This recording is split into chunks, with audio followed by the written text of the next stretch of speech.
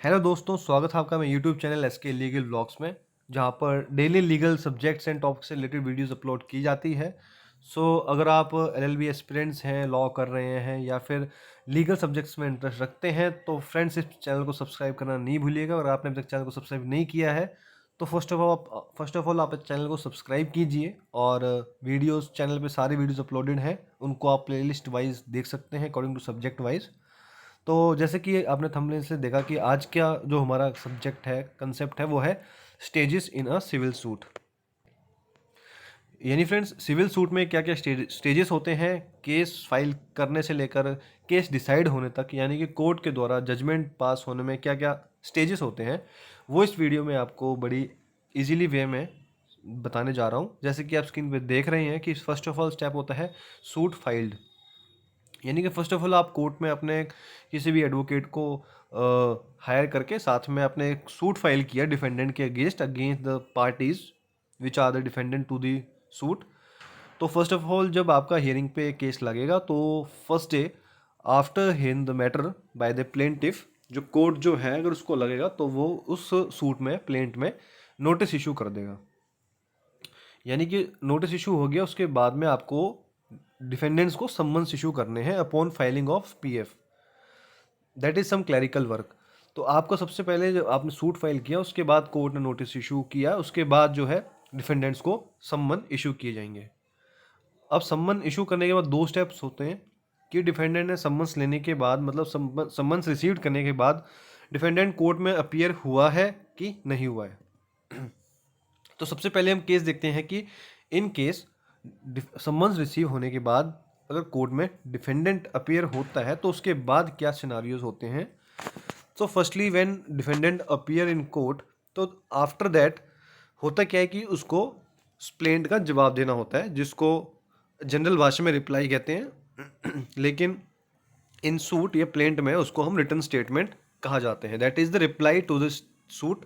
Filed by the plaintiff. अगर उसने उसका रिप्लाई रिटर्न स्टेटमेंट फाइल किया है तो फर्स्ट ऑफ ऑल उसको डिफेंडेंट को अपना रिटर्न स्टेटमेंट फाइल करना होगा। उसके बाद इश्यूज फ्रेम किए जाते हैं, यानी कि कोर्ट में कुछ इश्यूज पॉइंट बनाए जाते हैं इशू वाइज। फिर डिफेंडेंट्स को अपना प्रपोज जो इशू है वो फ्रेम होंगे पहले कोर्ट में फाइल होंगे, उसके बाद कोर्ट उसको फ्रेम करेगा। उसके बाद जो नेक्स्ट स्टेप है वो है एविडेंस प्लेंटिफ का रिकॉर्ड किया जाएगा। फिर प्लेंटिफ का एविडेंस रिकॉर्ड करने के बाद डिफेंडेंट्स का एविडेंस रिकॉर्ड होगा। ये एक रिटर्न फॉर्म में होता है जिसको affidavits by way of affidavit कहा जाता है, जिसको कोर्ट में फाइल किया जाता है। फिर उसके बाद दोनों पार्टीज के आर्गूमेंट हर्ड होंगे और उसके बाद जजमेंट पास होगी। यानी कि फ्रेंड्स, जैसे ही डिफेंडेंट कोर्ट में अपीयर होता है, अपीयर होने के बाद उसने अपना रिप्लाई स्टेटमेंट फाइल किया, उसके बाद इश्यूज फ्रेम हुए, उसके बाद प्लेंटिफ्स का एविडेंस रिकॉर्ड हुआ, उसके बाद एविडेंस डिफेंडेंट का रिकॉर्ड हुआ, और सब प्लीडिंग्स कंप्लीट होने के बाद फाइनली दोनों पार्टीज के आर्गूमेंट सुनने के बाद जजमेंट पास कर दी जाती है। अब हम सेकंड केस देखते हैं कि अगर डिफेंडेंट ने रिटर्न स्टेटमेंट फाइल नहीं किया है, यानी कि फाइल नहीं किया है या फिर फाइल करने की जरूरत नहीं है, तो फिर डिफेंडेंट सीधा अपीयर होने के बाद प्लेंटिफ्स का एविडेंस रिकॉर्ड करके एंड देयर आफ्टर डिफेंडेंट का एविडेंस रिकॉर्ड करके उसी के बेस पे आर्गुमेंट्स हर्ड करके जजमेंट पास भी की जा सकती है। ये तो दो केस थे फ्रेंड्स कि जब डिफेंडेंट अपीयर हो जाता है अपॉन हैविंग सर्व द सम्मन टू हिम, यानी कि जब उसको सम्मन्स कोर्ट के द्वारा इशू किए जाते हैं, उसके बाद जब डिफेंडेंट अपीयर होता है तो कब रिटर्न स्टेटमेंट फाइल करने का प्रोसीजर क्या है और नहीं फाइल होने पे क्या होता है वो तो हमने डिस्कस कर लिया। अब हम देखते हैं कि इन केस सम्मन रिसीव होने के बाद भी अगर सूट में डिफेंडेंट अपीयर नहीं होता है,